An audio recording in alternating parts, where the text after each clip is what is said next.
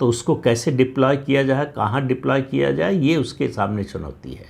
दूसरी बात ये है कि बिजनेसमैन जो होता है, कोई भी कंपनी है, वो बाज़ार देखती है, अपना मुनाफा और घाटा देखती है।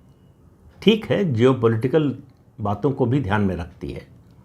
अब मान लीजिए कि ट्रंप की बात मानकर एप्पल मैन्युफैक्चरिंग की अपनी यूनिट ले जाए या खोले, नई यूनिट खोले अमेरिका में, तो उसकी कॉस्ट एडवांटेज जो है सब चली जाएगी। वो चीन से क्यों निकल रही है ये हमने बताया। उसके अलावा भी एक पक्ष है कि चीन में वेजेस बढ़ रहे हैं, जो स्किल्ड लेबर हैं उनका वेतन, उनका जो है मेहनताना बढ़ता जा रहा है। तो चीन में जो बहुत बड़ी कॉस्ट एडवांटेज थी सस्ते लेबर की, वो धीरे धीरे कम होती जा रही है। भारत में अभी वो एडवांटेज है। भारत में वेजेस उस लेवल पर नहीं पहुंचे हैं जहां चीन में पहुंच गए हैं।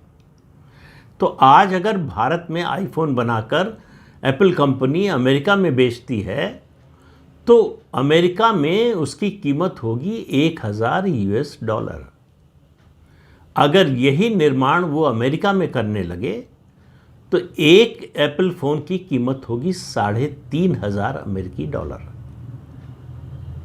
कौन अमेरिकी चाहेगा नागरिक कि 1000 का फ़ोन जो उसे मिल सकता है उसको 3500 में खरीदे? और कंपनी, मान लीजिए अगर कंपनी 1000 में ही दे तो 2500 पर फ़ोन का घाटा उठाए, क्यों उठाएगी? तो इसमें कोई बिजनेस सेंस नहीं बनता। इसलिए और आश्चर्य होता है कि डोनाल्ड ट्रंप खुद बिजनेसमैन हैं, उनको समझ में आता है कि बिजनेस क्या होता है और बिजनेस कैसे काम करता है। इसके बावजूद उन्होंने इस तरह का काम किया। तो अभी जो स्थिति है उसमें एप्पल जो है 80% आईफोन चीन में असेंबल करता है। इसको वो डाइवर्सिफाई करना चाहता है।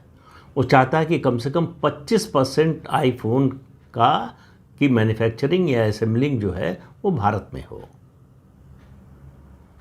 अब ये बात 14 मई को डोनाल्ड ट्रंप ने टिम कुक से कही कि भारत में इन्वेस्टमेंट मत करो, मना कर दिया और घोषणा कर दी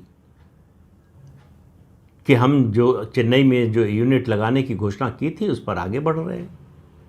तो ट्रंप ने दूसरा हथियार अपनाया कि अगर अमेरिका के बाहर से बनकर आईफोन आएगा, अमेरिका में बिकेगा, तो उस पर हम 25% टैरिफ लगाएंगे।